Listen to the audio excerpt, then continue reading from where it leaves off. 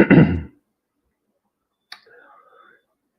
Krishna, everyone. Welcome back to the Bhagavad Gita Study Circle. We are in the 138th session of the Bhagavad Gita Study Circle, and we are discussing chapter number 13. So, there are some very interesting uh, philosophical aspects that Krishna is actually revealing in this section of the Bhagavad Gita. So, the last 6 chapters of the Bhagavad Gita consist of a lot of philosophical discussions with respect to the Prakriti, with respect to our own body, with respect to the three modes. There are many wonderful things that are discussed, and this is very important, jnana, because only when we have this jnana, then we can actually know how to perform karma. So, even in bhakti, when we are backed up with perfect knowledge, then it becomes very easy for us to actually execute our duties very nicely and with devotion.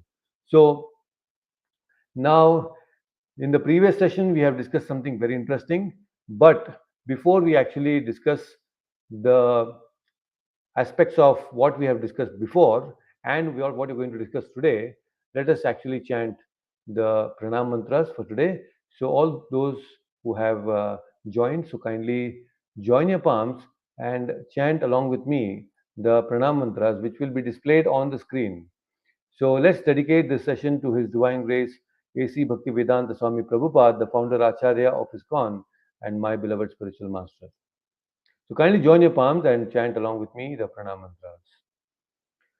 Namo Vishnupadaya Krishna Preshtaya Bhutale Srimate Bhakti Vedanta Swamin Niti Namine Namaste Saraswate Deve Gauravani Pracharine Nirvishesha Shunyavadi Pashyat Deshatarine Jaya Shri Krishna Chaitanya Prabhu Nityananda Shri Advaita Gadadhara Srivasadi Gaura Bhakta Vrinda Hare Krishna Hare Krishna Krishna Krishna Hare Hare Hare Rama Rama Rama Hare Hare Om Ajnanatimirandasya Jnananjanashalakaya Chakshurunmilitam Mena Tasmai Shri Guruve Namaha. Hare Krishna, everyone. Welcome back once again to the Bhagavad Gita Study Circle. So, in the previous session, we had covered verse number 4 and 5. Very interesting verses actually, where Krishna is saying and explaining about the Kshetra. So, tat Kshetram yatcha yadrakcha yat vikari yatascha yat sachayo yat prabhavascha tat samasena meshrunu. And in the fifth verse, also there is something very nice, but let's see the translation here. Now, please hear my brief description of this field of activity and how it is constituted, what its changes are, whence it is produced, who that knower of the field of activity is, and what his influences are. So, very interestingly, Krishna is saying that please understand, O Arjuna, that how this whole field of activity is produced and what it is constituted with, right? And in the fifth verse, very interestingly, Krishna mentioned that how Rishvir Bahuda Gitam Chandobhir Vividhai Pratak Brahma Sutra Padaschaiva Hetumadbhir Vinishchitahi. So it is not that what I am saying, but it is actually spoken by different rishis in the past. So, very nicely, that Krishna is saying that this knowledge was already spoken and known by the previous acharyas. So, very interestingly, Krishna is saying that these field of activity is mentioned in different Vedic writings by the different acharyas, and it is especially present in the Vedanta Sutras with all the reasoning as cause and effect, right? So we have understood how There are six systems of philosophy, right? There is Karma Mimamsa, there is Vedanta, and there is Yoga, right? Nyaya.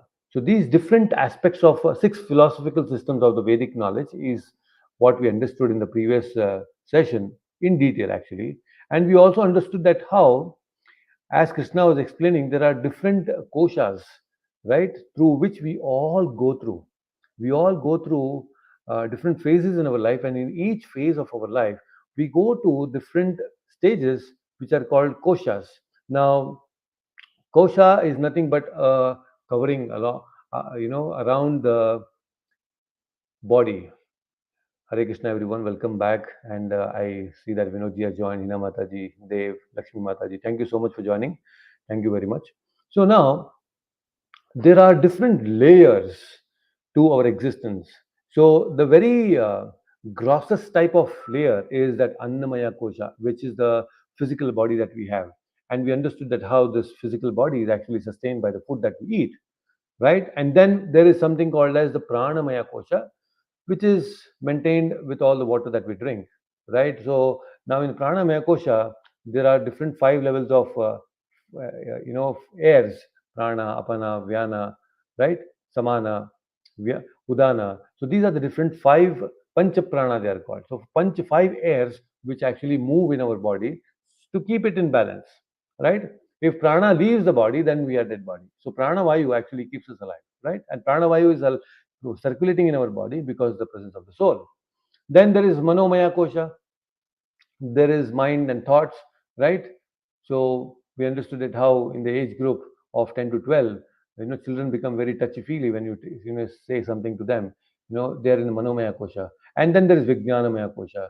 When we reach about 16, 17 years old, then you have to speak to them in a very logical way. The children really don't want to listen that, oh, the cloud was speaking, the cloud was flying. They really don't want to understand the knowledge through these imaginative things. They want logic and reasoning because they have entered the Vijnanamaya Koja. And of course, those who are actually spiritual seekers, who really want to progress in spiritual life, those are the ones who actually strive for the final, and the final covering is that Anandamaya Koja. Not many people actually are, they want happiness, but they are not really striving to get this happiness in terms of being it permanent. They are all looking for it in temporary things. And that's why it is unfulfilled for most of us. Why we have to transcend all these things? Because that's when we actually go beyond the material realm, and then we can enjoy the true Anandamaya Kosha, right? So now these are the different things that we have understood in the previous session. Today we are going to understand something very, very important, an extension of these words, I can say, an extension of how this kshetra is constituted. Because Krishna has told that I want to explain to you how this body is constituted and how this whole kshetra gives you an experience of this worldly affairs that we are doing day in and day out. Right? Every day we are performing so many activities. How? Through this medium of the kshetra. So what is this kshetra all about? We should know. The body that we have, we don't really know much of about our own body. So, right, we need to understand this kshetra and how we can utilize this kshetra, right? So that is what is explained in the upcoming verses. So let me chant the verses myself. The verse number 6. महाभूतान्यहङ्कारो बुद्धिरव्यक्तमेव च इन्द्रियाणि दशैकं च पश्चच्चेन्द्रियगोचरः पञ्चचेन्द्रियगोचरः. So this is verse number 6. Let's chant the verse number 7 also. Ichchadvesha sukham dukkham sanghataschetana dhritihi etakshetram samahasena savikaram mudaratam. So let us see that. Translation. The five great elements, false ego, intelligence, the unmanifested, the 10 senses, and the mind, the five senses, the five sense objects, desire, hatred, happiness, distress, the aggregate, the life symptoms, and convictions, all these are considered, in summary, to be the field of activities and its interactions. So, there is a lot of things to be known here. So, Krishna is saying that how there are different things which actually make up this kshetra, this body. And it is so important for all of us to know that this kshetra is such an amazing kshetra that we have, especially this human form, is an amazing kshetra because it helps us to actually know the kshetra. Is there any other body or any other species which can understand the kshetra, its own kshetra? For example, a dog. It also has a kshetra, its field of activities. It goes and barks and it goes and eats. It does a lot of things, but it does not have the capacity to understand itself. Why? Because the kshetra is limited. All the other different species that we see in this world also have a kshetra, but they're all limited. Why limited? Because they do not know or they cannot understand themselves. Right? Let us understand the kshetra more in detail. So now you see, now there is something called as matter and there is something called as antimatter. Now, all that is matter is the kshetra. If you look this very carefully, now there are 24 elements. This whole kshetra is made up of 24 elements. What are those 24 elements? There are first the pradhana. The pradhana is basically constitutes the sattva, rajas, and tamas in its undifferentiated form. When it is in a unified form, when sattva, rajas, and tamas are together in a unified form, it is called pradhana, right? So there is pradhana, that undivided material energy, and then there is the mind, intelligence, and ego. So pradhana, mind, intelligence, and ego, four, right? And then below them there are panchendriyas, eyes, ears, nose, skin, tongue. So we have the five senses, knowledge acquiring senses. Then panch karmendriyas, five uh, senses which are used for action, performing action, legs, hands, voice, anus, and genitals, right? Then we have panch tanmatras. Then tanmatras are the objects of the senses, sense objects. Basically, now you see a form. A form is a sense object for the eyes. Smell is a sense object for the nose. Taste, a sense object for the tongue. And touch, the sense object for the skin. And sound, the sense object for the ears. So, panch tanmatras are there. And then there are what? Panch Mahabhutas, there is air, fire, ether, earth, water. So we know this, we have already discussed in the previous, Bhumi, Apo, Nalo, Vayo, Kham, Mano, Buddhi, Revacha, right? We have understood in the previous verses in the chapter number 7, right? Chapter 7 and 8. So now, so you see the five panchendriyas, karmendriyas, tanmatras, and the five mahabhutas all put together will make 20 elements. And mind, intelligence, and ego, and then the pradhana, all put together is actually the 24 elements, which is called the kshetra. So this is the field of activity. Why it is activity? Where there is activity now? Yes, when the eyes come in contact with a gulab jamun, what happens? Then automatically there is a visual sense, then there is a sense of smell, there is a sense of taste. So there is an interaction of the panchendriyas with the gulab jamun. That is what happens. Then all the tanmatras are all interacting. Your eyes are interacting with the gulab jamun. Your ears are now interacting with the sound vibration that we are hearing. And your nose, of course, if there is something nice, samosas or something like that, then you will be able to smell the samosas also, right?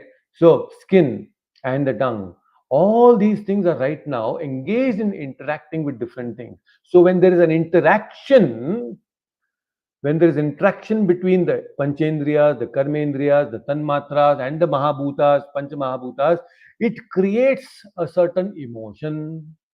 A emotion where? In the mind. It creates an emotion in the mind saying that, okay, I like this, I don't like this. Right? So there is an emotion of like and dislike in the mind. But then there is also intelligence which discriminates. No, it is not just about like and dislike, it is about what is right and what is wrong. So that is discrimination. So, because the mind may like something, but it may not be right. Mind, you listen. You may be liking something, but that may not be right for you. So, that is the function of intelligence. And then there is ego. Why ego? Because this ego actually is an element. It is functioning in such a way that it makes us identify with the kshetra. I am the kshetra. How do you get to the sense of feeling that I am this body? That is coming from this ego. You see? And ultimately, our mind, our intelligence, our ego is actually influenced by the three modes. The three modes, the sattva, rajas, and tamas, are constantly, they are influencing our existence. They're influencing our mind. They're influencing our intelligence, our ego. They're influencing all these different panchendriyas, karmendriyas, tanmatras, and mahabhutas. All these different things are actually influenced by the sattva, rajas, and tamas. And then the way the sattva, rajas, and tamas interact with each other, that interaction further influences our mind, further influences our intelligence, our ego, and all the panchendriyas, karmendriyas, and ultimately our actions are driven by by the sattva, rajas, and tamas. So you can imagine how powerful thing it is. It's a real force. Pradhana, the sattva, rajas, and tamas are a real force as much as the gravity is a real force. We don't see gravity anywhere, but you know that the force of gravity is working upon you. Time we don't see, but you know that time is affecting you, right?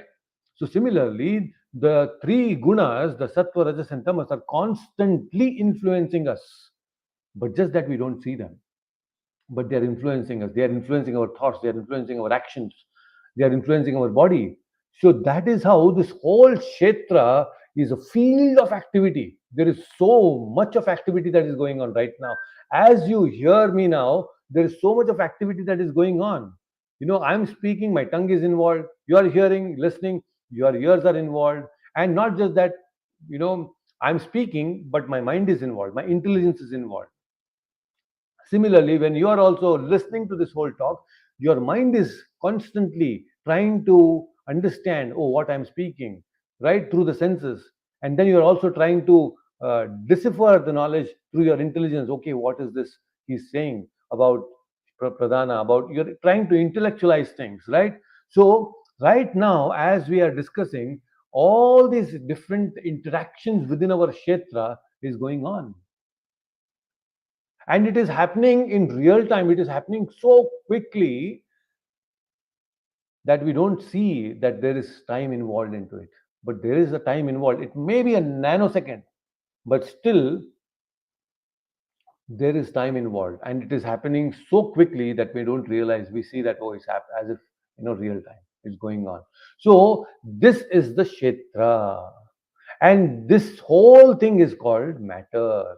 So knowledge means, earlier also I had told you, when we talk about knowledge, knowledge means you should know what is matter, you should know what is spirit. So beyond this kshetra, which is material, there is something that is antimatter. And that antimatter means, which is beyond these 24 elements, that is the soul, and above the soul, there is the super soul. There is Atma and Paramatma, which are, they are not at all, anyway, in one sense, connected to this matter. Matter and spirit, they do not gel with each other. The only factor, the only factor the soul and the body is actually hooked on to with is because of the false ego. The false ego is a thread between matter and antimatter now. The soul and the kshetra, they are actually linked because of the false ego. But when we cut off this false ego, I'm the body, I'm the body. When we cut off this false ego of thinking that I'm the body, then you will completely get rid of the 24 elements with this kshetra, and you will actually come into peace and understand yourself as Atma, as a soul, a Jivatma. Then there is, of course, the super soul. So you see, please understand, there are so many interactions happening within this one kshetra. There is amazing, this whole human body is an amazing scientific creation of the Lord. If we can understand these in a very broader perspective, then there is so much to know. There is so much of deep understanding. It's a science. So there is amazing knowledge that Krishna is going to share going forward. So please take this, and you can take a screenshot also, so that you can refer and you can contemplate that what is happening within my own body. You please try to see that, oh yes, all these things are there within me, and how these things are interacting, how my emotions are generated. You try to analyze all these things are only because of interaction of mind, intelligence, ego, and all these different 24 elements.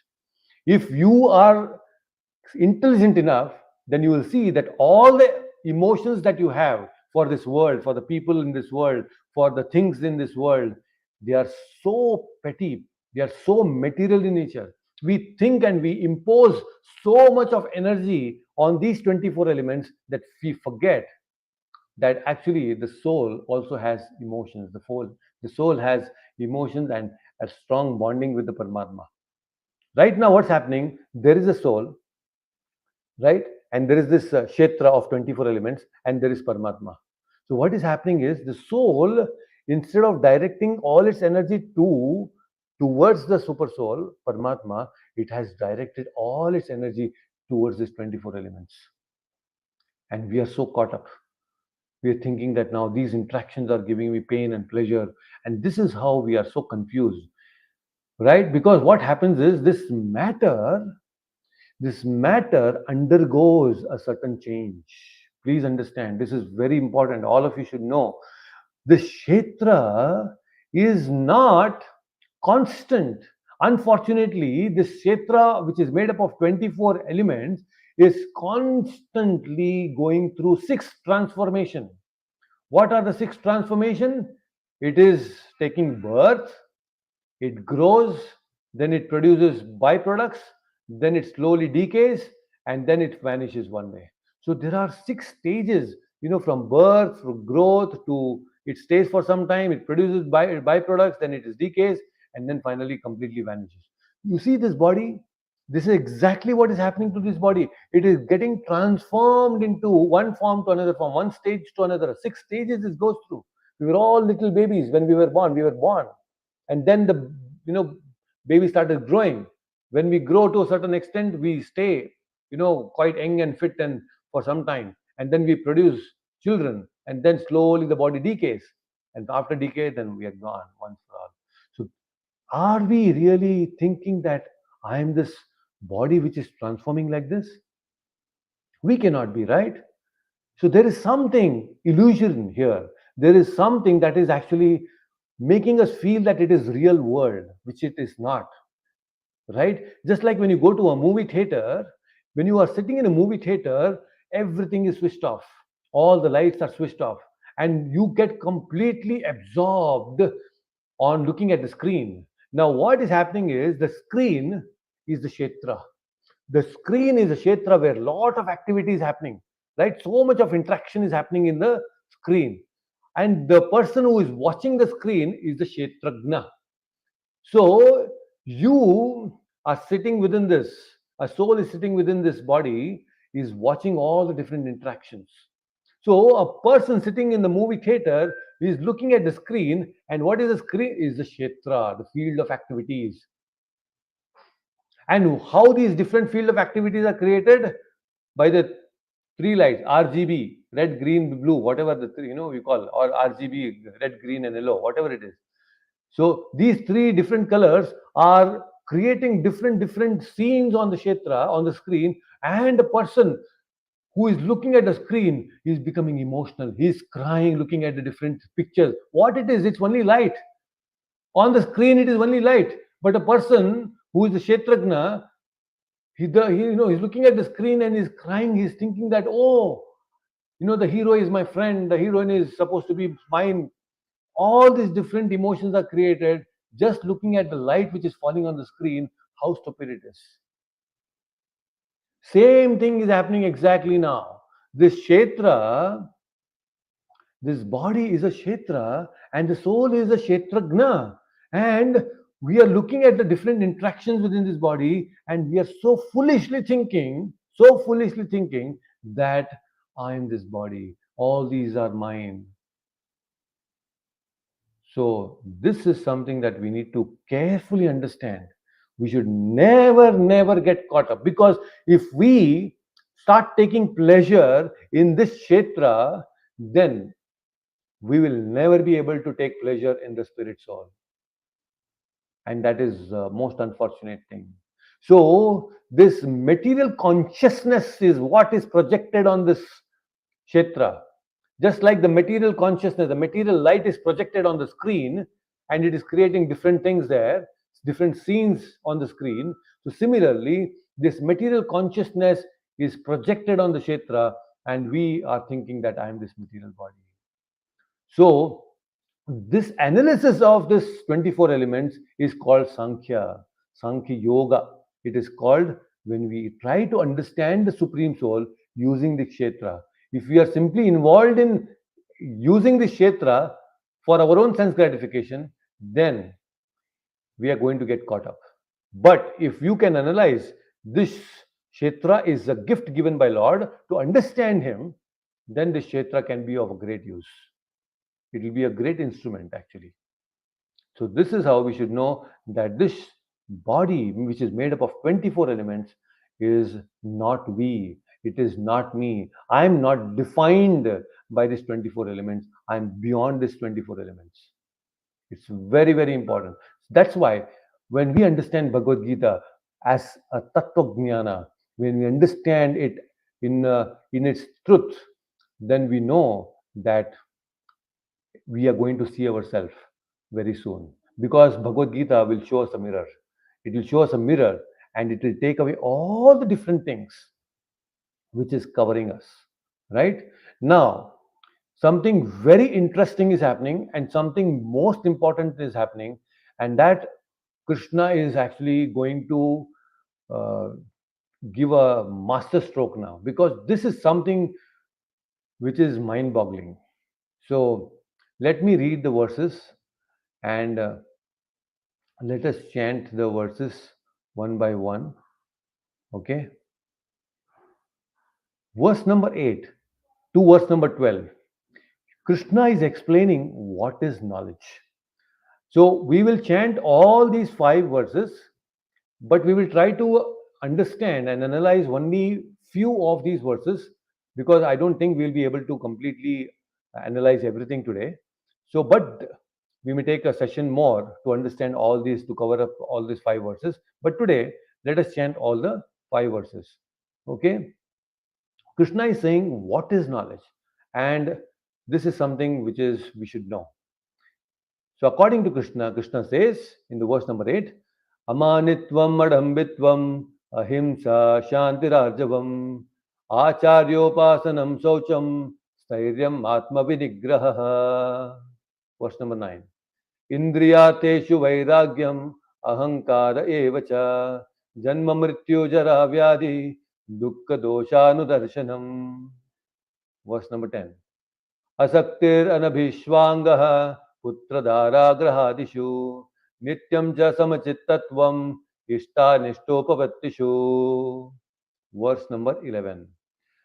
Mai chananya yogena bhaktir avyabhicharini viviktadesha sevitvam aratir jana samsadi. Verse number 12. Adhyatma jnana nityatvam tattva jnanartha darshanam etagyanamiti proktam ajnanam yad atonyataha. So very interesting. Krishna is saying that this is knowledge, O Arjuna. What is knowledge?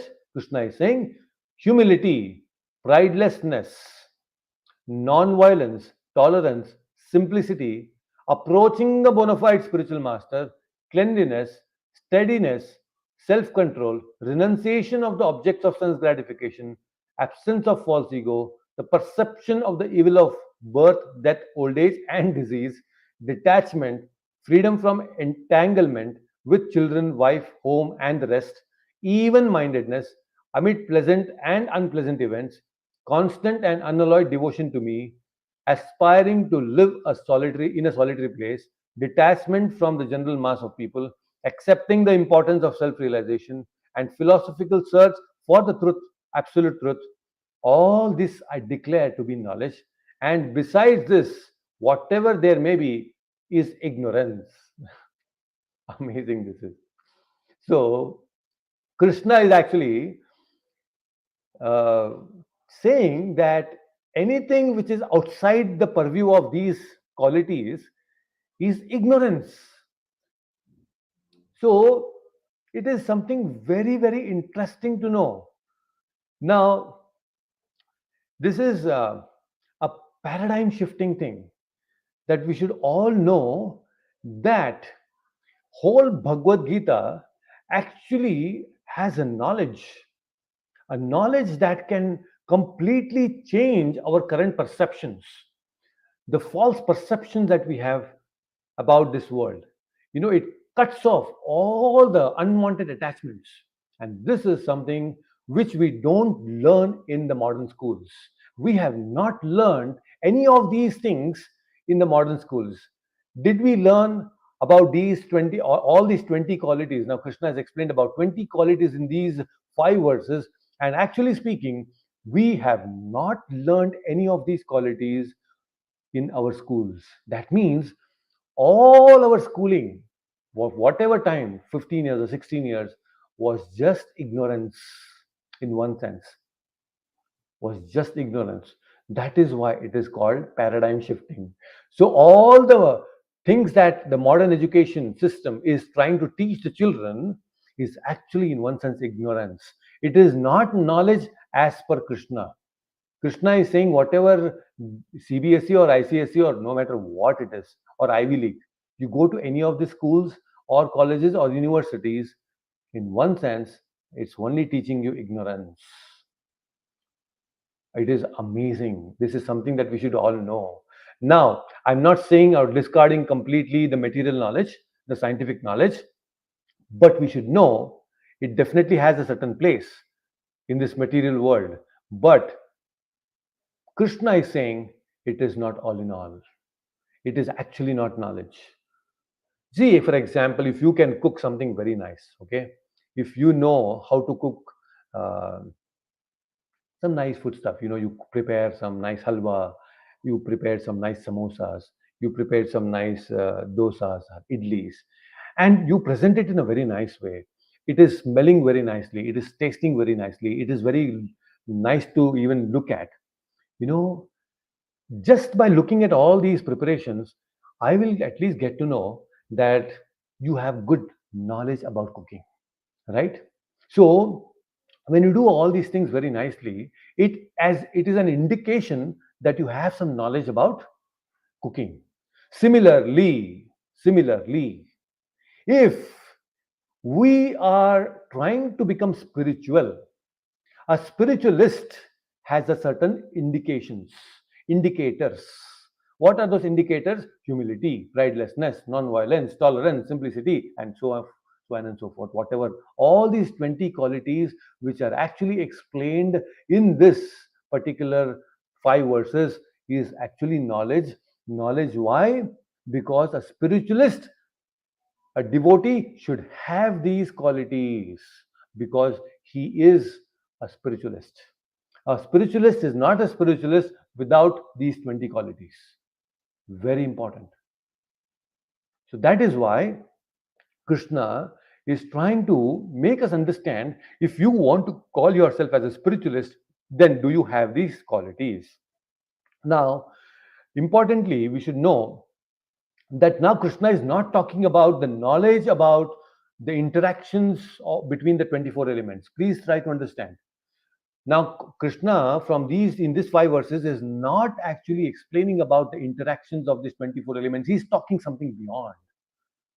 Because you may be a very good cook, but what if you are full of pride? If you are full of envy, you may be a very good cook, but that is why all these material talents that we have, the wonderful qualities, material achievements that we may have, but if you are full of pride, then you cannot become a spiritualist.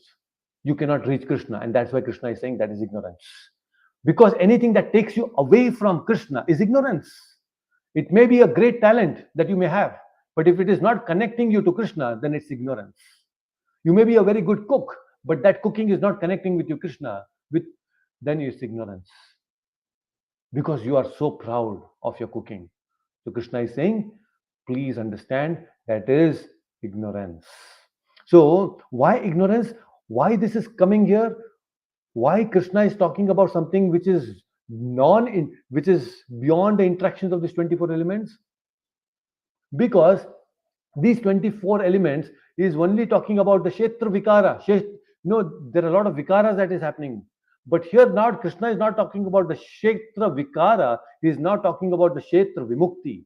So, from interactions between the field of activities, he is now moving to Kshetra Vimukti. How do I come out of these 24 elements? If you want to come out of the 24 elements, then Krishna is saying, this is knowledge. You have to come out of the Dehatma Buddhi. So, Dev, what is Deha? What do you mean by Deha? You have heard this word, right? Deha. What? Prabhuji, Deha means body, I think. Okay. And what do you mean by Sharira?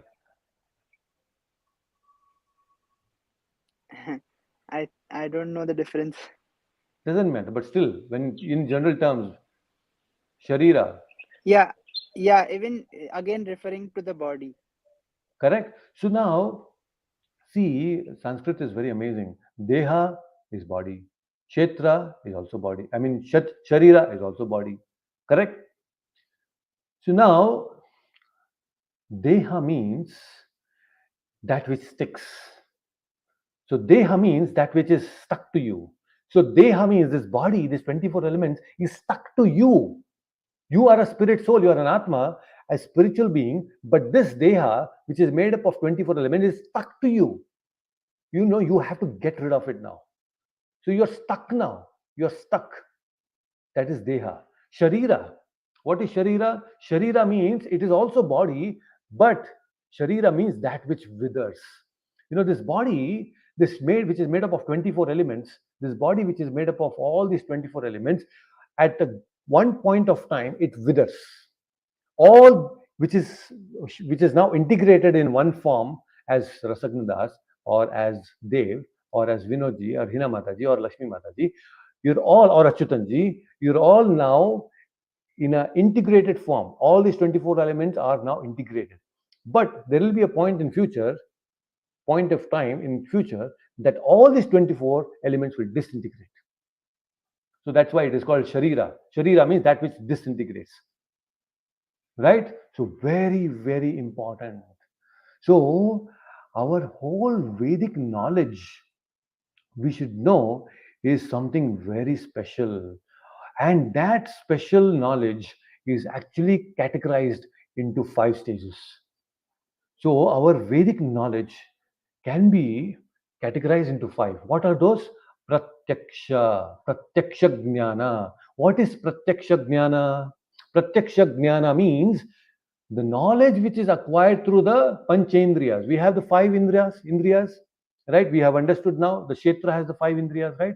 We acquire knowledge through those 5 senses, right? So those 5 senses through which we acquire the knowledge, that knowledge is called pratyaksha. Prati aksha. Aksha means to see, to visualize. Prati aksha means to come closer, to see uh, very closely, or through which you see something is called prati aksha, pratyaksha jnana. Oh, yes, I see this white board. It is white in color. It is 3 by 4 in size. So, like that, when you look at different things or hear something through your 5 senses, we acquire knowledge. That knowledge is called pratyaksha jnana. That is a fundamental, very basic stage of acquiring knowledge. Pratyaksha jnana. So, when you acquire this pratyaksha jnana, there is something which is a little elevated, and that is called paroksha jnana. What is paroksha jnana? Paroksha jnana means, suppose there is one of a devotee in America, and if I ask him, has the sun set now? He'll say, yes, the sun is already set. Here the sun is rising, but there the sun is setting. So I have no pratyaksha. of that. I am not actually seeing the sunset, but because my friend has told me that it is set, I will believe. So this is paroksha. That means I'm seeing the sunset through the senses of my friend or through another devotee, right? So that is called paroksha jnana. So when we actually acquire knowledge from our spiritual master, that is called paroksha jnana, because there are so many things that which we may not have seen directly, but we see it through the perception of others. So that is called paroksha jnana. And then there is aparoksha jnana, which means direct knowledge, which means that we become philosophical here, which means in this state our intelligence is totally fixed on the Divya Jnana. Our intelligence is fixed on the spiritual master's words and instructions. We don't waver. We don't think that, oh, whether God is there or not there. No, there is no such confusion here.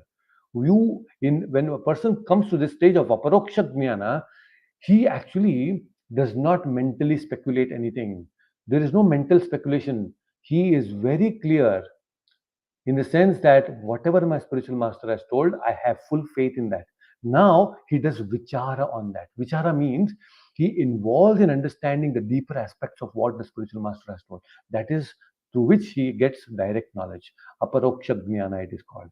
Then there is something called as adokshaja jnana.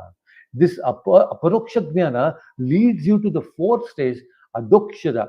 Adha means downwards. Adha. Akshaja means that which is beyond the senses. So adokshaja jnana means that knowledge which was now covered with some layer is removed. That layer is removed. And now what is happening? It is revealed knowledge.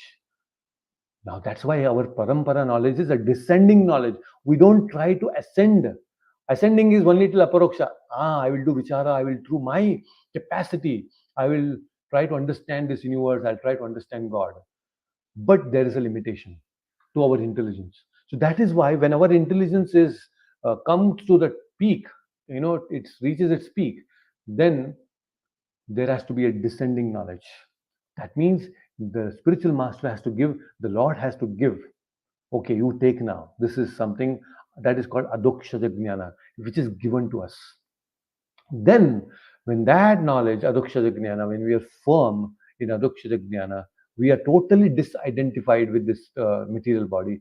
Then there is aprakrita jnana. Aprakrita jnana means it is a spiritual knowledge. It is a knowledge about the spiritual world. What is happening in the spiritual world? What are the activities going on in the spiritual world? You directly visualize the spiritual world. You may be in the material world, but you are actually looking everything of that which is happening in the liberated world. That is aprakrita. That means it is pratyaksha. You are actually seeing everything that is happening in the spiritual world. What we are doing right now, we are seeing everything that is happening in this material world. But there will be a stage, that is aprakrita stage, when you see and hear everything that is happening in the spiritual world. That is called divya pratyaksha. Now it is not divya pratyaksha, it is bhautik pratyaksha. We are seeing everything, but we are only seeing matter. But when we reach the stage of seeing Krishna, when we and his friends and his associates and the spiritual world, that is amazing. That is amazing. So why I'm saying this is because we should know that these are the stages of knowledge. Now, when we understand that these are the stages of knowledge, there are certain qualities that we are supposed to acquire. What are the qualities Krishna is saying? Amanitvam. Krishna is saying that the very first quality of a devotee is amanitvam. That means humility. And Prabhupada says in the purport that what is humility? Humility means that one should not be anxious to have the satisfaction of being honored. Just see how subtle it is, huh? That means humility means I am not actually anxious that people should respect me. They should honor me. They should glorify me. No, a devotee is absolutely not anxious. There are many people who actually do a lot of things, and they have that talent, and they have a lot of money and so many things, and they have the pride that yes, I have so much of wealth, I have so much of talent with me. So they are all the time anxious to be honored by people. They wait for people to glorify them, right? So, amanatva means you have something and you are proud about it. So, that is called, amanitvam, where you brag about oneself. You actually want people to glorify you. And I'll tell you one thing: when people are actually looking for these kind of quality to be honored by people, it is bondage. It's a very subtle bondage. When you become amanitvam, when you become free from the quality of or being anxious to be honored by someone else, there is freedom. You will be so much free within. You will be so satisfied. When people are not satisfied in Krishna consciousness, then they aspire for respect from others. They want to be honored by others. And that's a great danger. And that's exactly Chaitanya Mahaprabhu is saying. He's saying that, you know, Trinadapi Sunichena, Tarorapi Sahishnana, Amanina Manadena, Kirtaniya Sadahari. He's saying that. Amanina Manadena. I don't want any respect, but I want to give respect to everyone. That is amanina. So Krishna is saying amanina, being humble, being very ground to earth, not expecting any respect from anyone. That is humility. And it is very tough, not so easy to acquire. The very first quality Krishna is saying that to have humility, and to have humility means to have knowledge. If you have knowledge but no humility, then that's not knowledge. Just see what a danger it is. What a danger it is. Today's education system, there are people learning degrees after degrees and PhDs, and they have a big board, their name, and A to Z, all the alphabets will be there. I have done this and I have done that, and so many things, and they are so proud about it. So there is a lot of vidya, but there is no vinaya. So, what is the use? Krishna is saying, if you want to be a real person with knowledge, then you should also have vinaya. Vinaya means humility. Vidya vinaya sampanne brahmane gavi hastini shunichaiva shapakecha panditaha samadarshinaha. Vidya vinaya. Only when we have that vinaya, that humility, that is when that knowledge will fructify. Otherwise, that knowledge will actually not fructify. We may be very, sophisticated speakers, but that knowledge will not actually fructify. It will never make us, uh, you know, go closer to Krishna if we have this kind of pride. We should not have pride. Never, never, never have pride. You look at Sudama, that Kuchela, Sudama, Brahmana, such a simple fellow, such a simple friend of Krishna. He is, having the chipped rice with him. And he is so humble. He's so, down to earth. He doesn't want to give that chipped rice, that simple chipped rice to Krishna. Why? Because he is thinking that how can I give this chipped rice to him? Krishna, who is such a king, a great king of Dwarka, I cannot give him chipped rice. And Krishna knows that this Sudama is so humble, he doesn't want to give me. I will snatch it from him. And that is how Krishna snatches that simple chipped rice from Krishna, that Sudama, and eats it, pops up everything into his mouth. Right? Of course, not everything into his mouth. He also wanted to take everything, but then there is Satyabhama who stops him and says, okay, enough. Because you have already eaten one morsel of this chipped rice, he's already purchased you and he is going to take the rest. So you should not take it. So the point here is humility attracts Krishna. Did Sudama have anything big in terms of knowledge or in terms of wealth or in terms of beauty, in terms of anything like that, name and fame? Nothing he had, but he had humility, and that humility attracted Krishna. So Krishna is looking at that special quality within us. He is He really doesn't like people when people glorify themselves. We should always, a devotee should always know that whatever I have, it's because of Krishna. So the modern education is completely opposite. You go into any universities and colleges today, the students are so arrogant. They are so filled with pride, thinking that I have, I know artificial intelligence, I know machine learning, I know what not. And all this is only taking them away from Krishna and not closer to Krishna. That's why Krishna is saying that is not knowledge, it is ignorance. You should have humility. Vidya, Vinaya, both should be there. Without Vinaya, Vidya is useless. Right? So Amanitvam. This is Amanitvam. And immediately next is what Krishna is saying, Adambitvam, Damba. Damba means now self glorification about oneself. Amanitvam means not expecting any respect. Adambitva means you are respecting yourself, glorifying yourself so much so that people get irritated with you. Adambitva. Adambitva means to not have this damba. If you are a rich person and if you talk about yourself, about your wealth, that is called pride. But you are a beggar and still you are calling yourself a billionaire, that is damba. That means you have no qualities, but still you speak about yourself, brag about yourself, that is damba. So that is the difference between amanitvam and adambitvam. Uh, So we should know that what I have. I don't have anything. Still I brag about myself. There are so many people, they don't have anything in reality, but they talk about themselves so much that people get irritated. And actually they want to look big. Their whole intention of speaking about themselves, bragging about themselves is want to be big in front of people. But when they start talking so much about themselves, they actually become small. They actually become small. And this is our experience also in day-to-day life, isn't it? We know that when we come across some people like this who are so bragging about themselves, you may smile at him on the face, but then at the back you know that, oh my god, this person is so irritating, isn't it?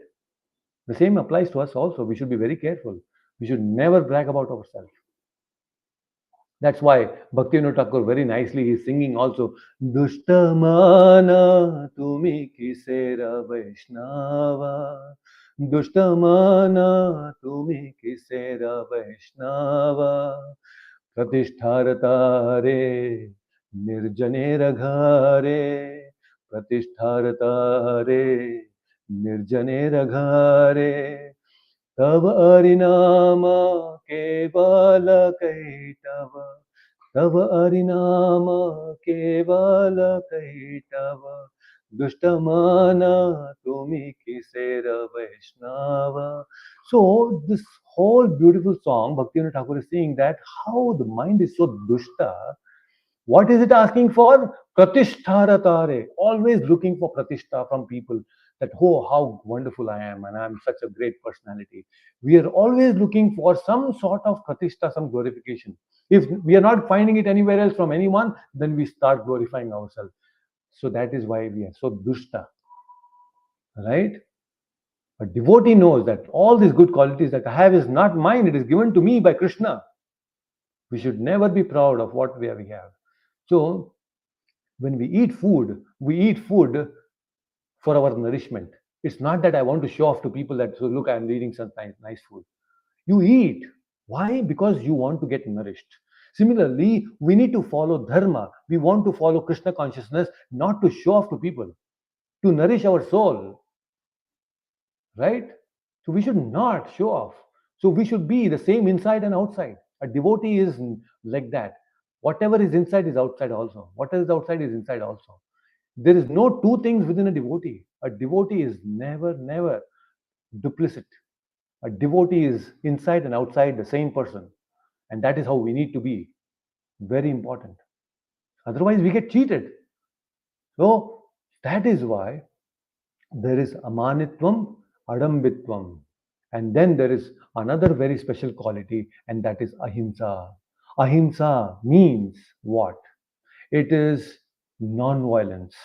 But now it doesn't mean that there should not be violence, but we'll come to that point.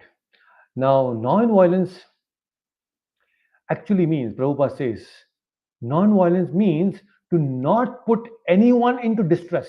That is non-violence. To not put anybody into distress. Now, there can be violence at the level of, at the physical level, at the mental level, and at spiritual level. We can actually go become very physical and hit someone. That is physical violence.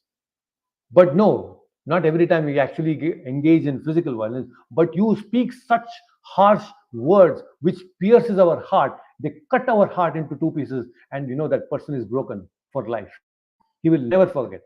Sometimes the wounds, the physical wounds are cured very quickly, but when you hear some piercing words, that will stay for years together, and sometimes they are unforgettable also. So you can actually put someone into distress even verbally. And by not giving spiritual knowledge, if you have knowledge, spiritual knowledge, and not giving that spiritual knowledge is also violence. It's called jiva himsa. It's very important. When you have something you distribute, you can benefit someone. What is the use of becoming a doctor when a doctor comes to you and you say that I don't want to treat? It is violence. Not giving proper treatment is also violence. It is himsa. So we should try to actually give this knowledge to others and try to save people to the extent that we can, to the extent that we have knowledge. It's very important. So that is true ahimsa.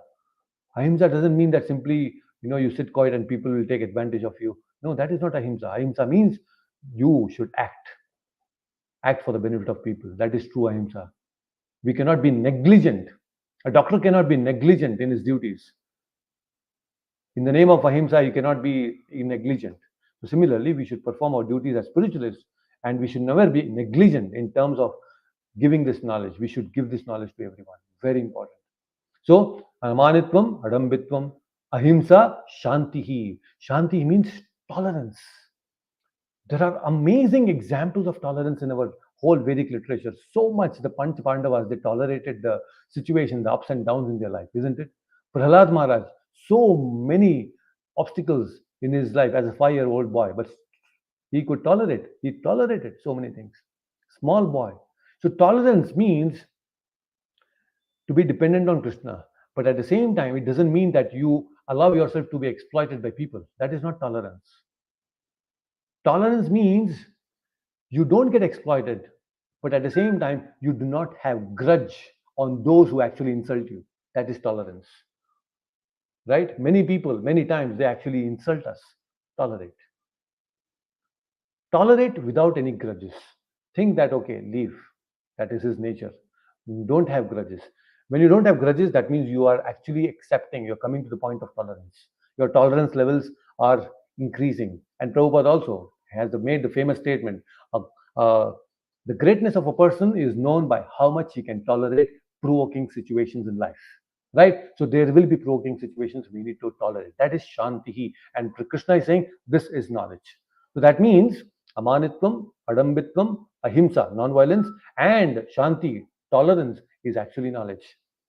Do today's children and people in the world, in the society, have tolerance? They don't have tolerance.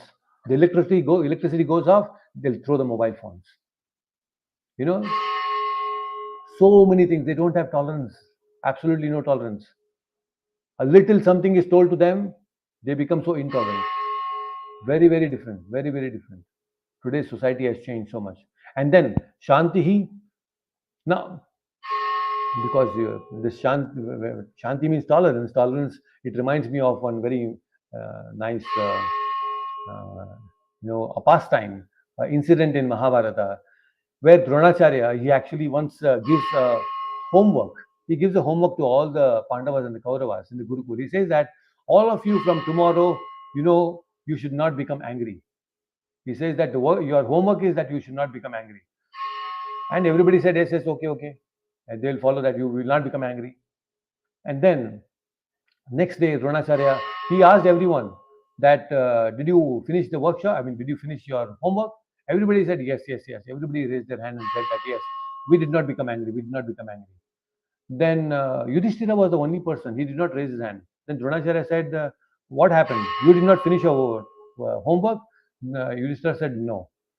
And then Dronacharya said, all right, you take another day. And then the next day, Dronacharya asked again, "Did you finish your homework of not becoming angry?" Yudhishthira said, "No, I have not done that homework still." Dronacharya was, "Okay, you take another day." The third day also, he said, "No, I have not done." Then Yudhishthira says, "I need another day. Just give me some more time. Then actually I will, come to that point of, not becoming angry." Next day again, Dronacharya asked, and Yudhishthira said, "No, I have not done my homework." And now Dronacharya was fully wild. Dronacharya said, "What, Yudhishthira? Everyone else, all the Pandavas, all the Kauravas, everybody, they have finished their homework, and last 4 5 days, you are still not finishing one simple homework." He became agitated and he shouted and yelled at Yudhishthira and anything like that. Then Yudhishthira said, Gurudev, I have now completed my homework. You said that you have not done. Now you are saying that you have done your homework. He said, yes.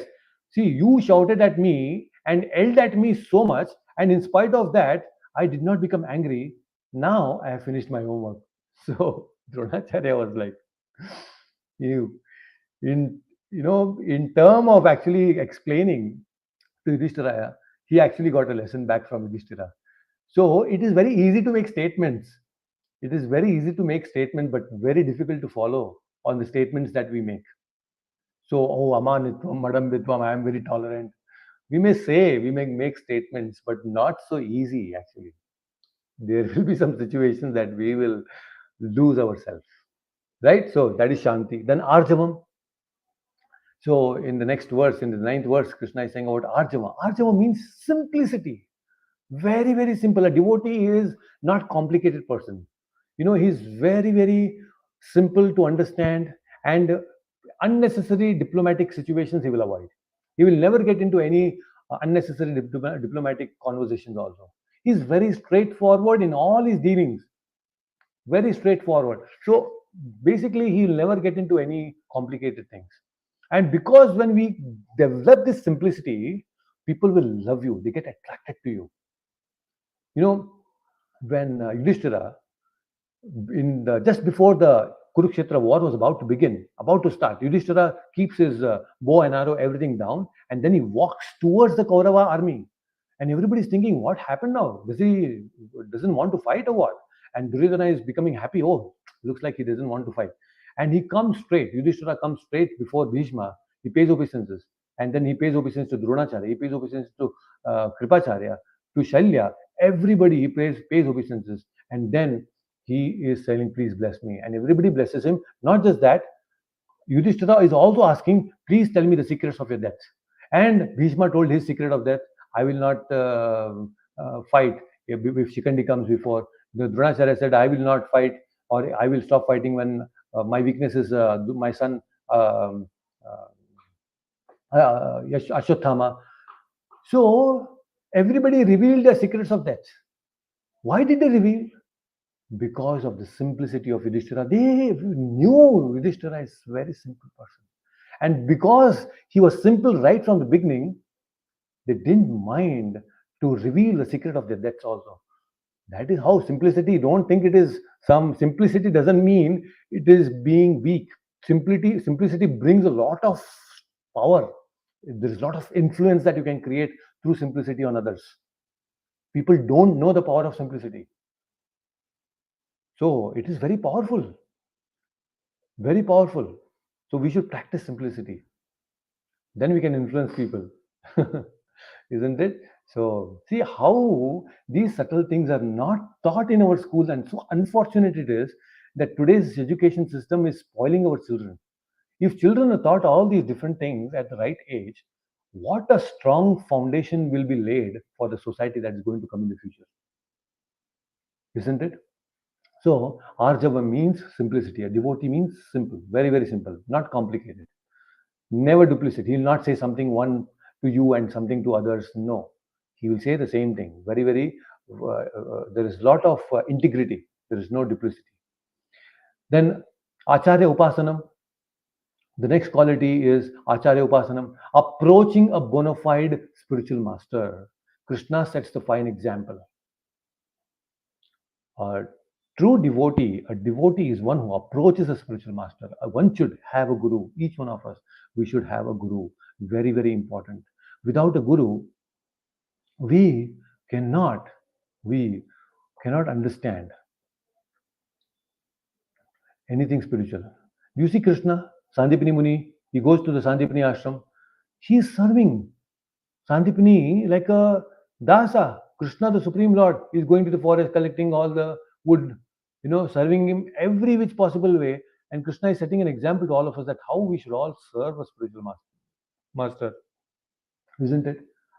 So for us, following the spiritual master is very simple. Chant 16 rounds, follow the four regulative principles.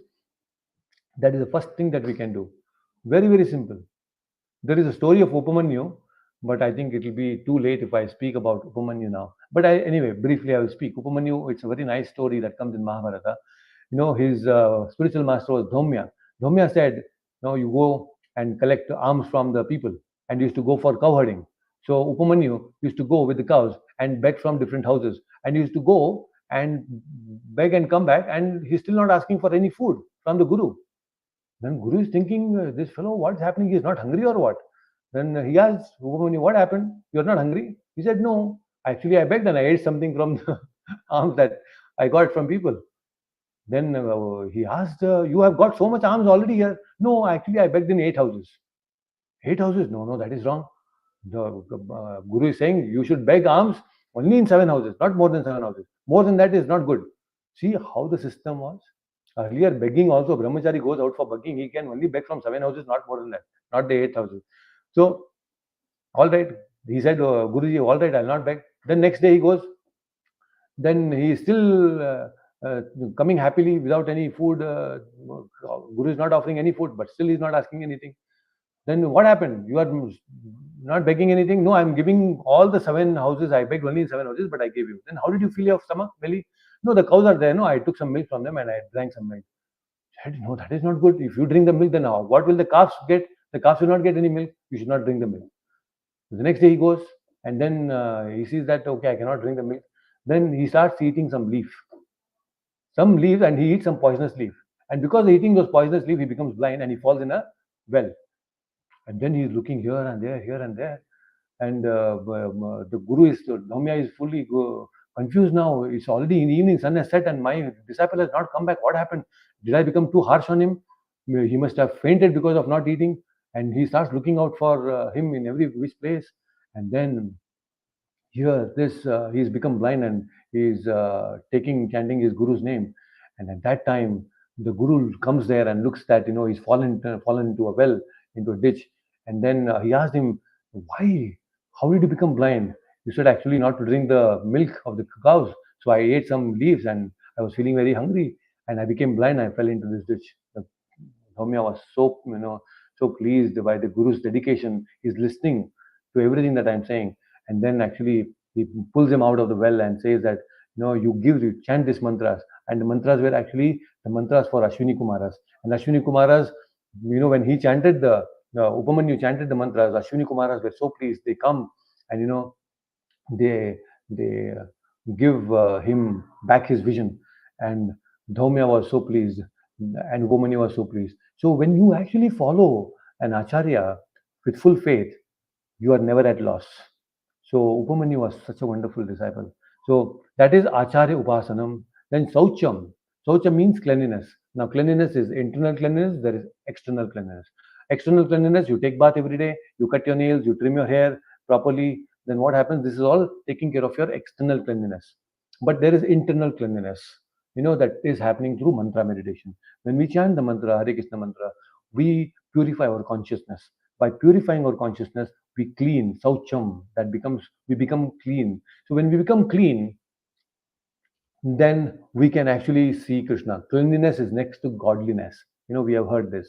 So we need to be clean internally and externally. And it is very powerful. Just by being clean, we can actually see Krishna. Now, the same very example again.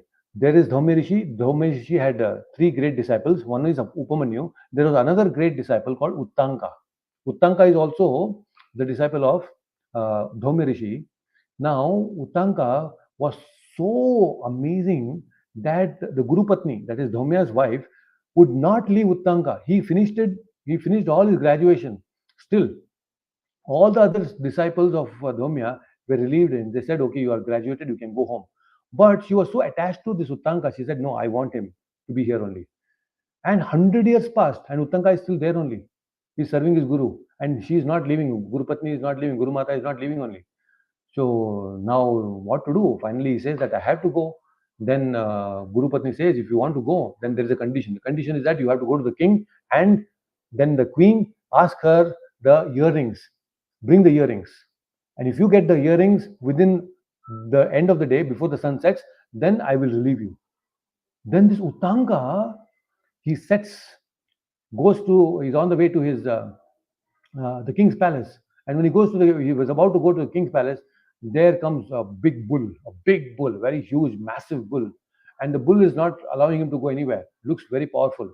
And the bull is speaking in a human form. And he's saying, if you want to pass through, you have to do something that I will tell you. And what is that? You have to put your mouth in where the, no, the gomutra, not gomutra, where the cow dung comes, the anus of the cow dung. You have to blow, and if you blow there, then you can go forward. Otherwise, you cannot go forward. And you are a spiritual master. Dhaumya also has done this before.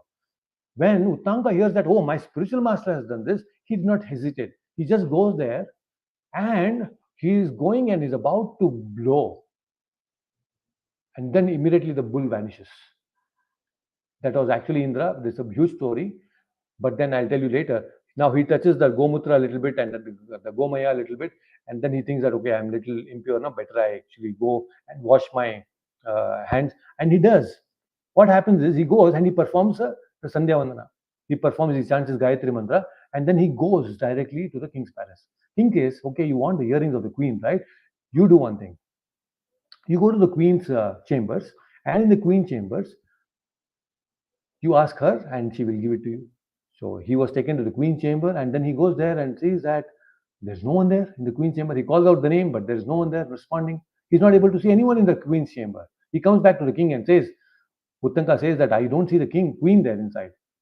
Then the king says, oh, looks like if you are not able to see the queen inside, you are impure. What? Impure? How is it possible? No, you have done something which is inappropriate, which is unclean. That's why you're not able to see the queen, because the queen is visible to everyone who are clean. Then Uttanka is thinking, what happened?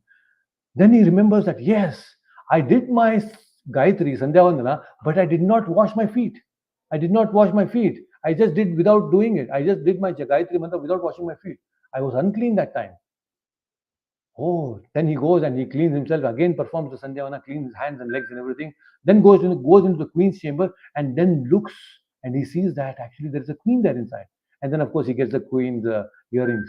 Now, the point here is, if a queen was invisible to Uttanka for being unclean, how can we see the Supreme Lord, who is so pure, he's so Shuddha, Purna Shuddho, Nitya Mukto, and we want to see him with this material eyes with being so unclean inside and outside? If a queen cannot be seen, if we are so unclean, then what to speak of Krishna? So you can imagine, we need to be so clean internally and externally. It's then when we can actually see Krishna. Otherwise, we cannot see Krishna. So, Saucham, Stairyam means determination, following everything that is meant for bhakti in a very, very proper way. I mean, you are fully determined, you will never get shaken up. You are fully determined to follow bhakti in all situations, whether you are in Lonavala or you are in Mumbai or in Bangalore or in Himalaya or wherever, in any situation, you will follow your principles nicely. You will chant Hare Krishna mantra, you will follow bhakti properly. You will not eat onion garlic anywhere, in every situation. That is determination. That is Tairyam. Atma Vinigraha, self control. We need to have self control because that is very pleasing. These are all aspects of knowledge, by the way, right? Then Indriya Arteshu Vairagyam. That means renunciation from all the different types of sensual enjoyments. So you don't want to enjoy anymore on the level of senses. You want to go beyond the sense objects. So that is you, because you know sense objects means they are detrimental for human life, spiritual life. That's why you don't want to engage. That is Indriya Arteshu Vairagyam. You get that Vairagya, that I don't want to enjoy anymore. Then anahankaraha, being without false egotism. Ahankara is ego, and anahankara means you become free from false ego. I'm a happy devotee. I want to be the servant of Krishna. I don't want to become master. That is how it is. And then Janma Mrityu Jara Vyadhi. Amazing. To come out of the perception or understanding that yes, Janma Mrityu Jara Vyadhi is actually a painful situation is a knowledge. This is knowledge. These are not the things to be celebrated, whether it is birth, old age, disease, or death. These are not the, you know, some events to be celebrated. Krishna is saying this is to be seen in a very optimical, with optimism. Many people think, oh, what Swamiji, Prabhuji, you're only talking about death and all these things, and you're so pessimistic. So actually, a recent one person actually got offended because someone told them about death, and they become so offended because they heard about death. So they say that they think that devotees are very pessimistic. They're talking about death and all those things. No, it's not like that. When you have a glass half filled with water, now if somebody looks at that half empty, that is pessimism. Somebody looks at that with half full, that is optimism, right? But what if there is no water at all in the glass? To say the glass is empty is realism, not that, oh, there is no water, you are very pessimistic. No, Baba, it's reality. There is no water in it. No, Prabhuji, you are very, very pessimistic because you are saying that there is no water. So, denying reality is not optimism, it is stupidity. So, we should be very careful. When there is a disease, accepting disease as a reality is optimism. There is a disease, I accept it. That's optimism. But we are not like that. So Janma Mrityu Jara Vyadhi, we generally forget these pains of Janma Mrityu Jara Vyadhi. Time and again we keep forgetting. That's why devotees have to keep again and again reminding that birth is a pain, death is a pain, disease is a pain, old age is a pain. We have to remind. Only when we remind, then you will, yes, yes, Prabhuji. These are painful actually. We have to get out of it. So all these are interactions of 24 elements. Let us get out of these 24 elements. And now when Krishna is talking about these different wonderful qualities, which are actually knowledge, try to imbibe them in our own lives. There are many more things to be understood and uh, discussed, but that we will do in the next session. Is there any question? And yes, Vinodji was saying violence can be done to defend dharma. Is this true? Exactly, Vinodji. We have to defend our dharma. We cannot say that I'll be non-violent and I will protect my dharma. No, Krishna himself, the whole Kurukshetra war was designed in such a way so that to establish dharma, we had to perform violence. And that was Krishna's masterstroke. Why that it is called Dharma Yuddha? Mahabharata is called Dharma Yuddha. Dharma Kshetre Kurukshetra. It is called Dharma Yuddha because the whole fight, so much of killing happened to establish dharma. So for establishing dharma, we need to be sometimes, violent. We need to use violence. We cannot always be non-violent. So that is Shastra Dharma. Kshatriyas, there should be Kshatriyas. There should be trained up Kshatriyas who can protect Dharma. But the Kshatriyas have to be guided into the path of Dharma. That is done by Brahmanas and Vaishnavas. So we should actually train the Kshatriyas. The Vaishnavas should train the Kshatriyas in such a way that they rule nicely and we protect our Dharma. Right? Good. So there are many things that we have discussed today. If you get some time, try to analyze these points, think about them, ponder upon these qualities. I'm sure you will get a lot of wonderful insights. All these things are there because when you also want to preach Bhagavad Gita, you can actually refer back to these sessions and then you can actually take this to make notes and you can preach and you can share your own realizations. And every time you speak, every speaker actually speaks because he has certain love for Krishna. And all these classes are only an expression of love of the devotees that they express is because they have some love for Krishna.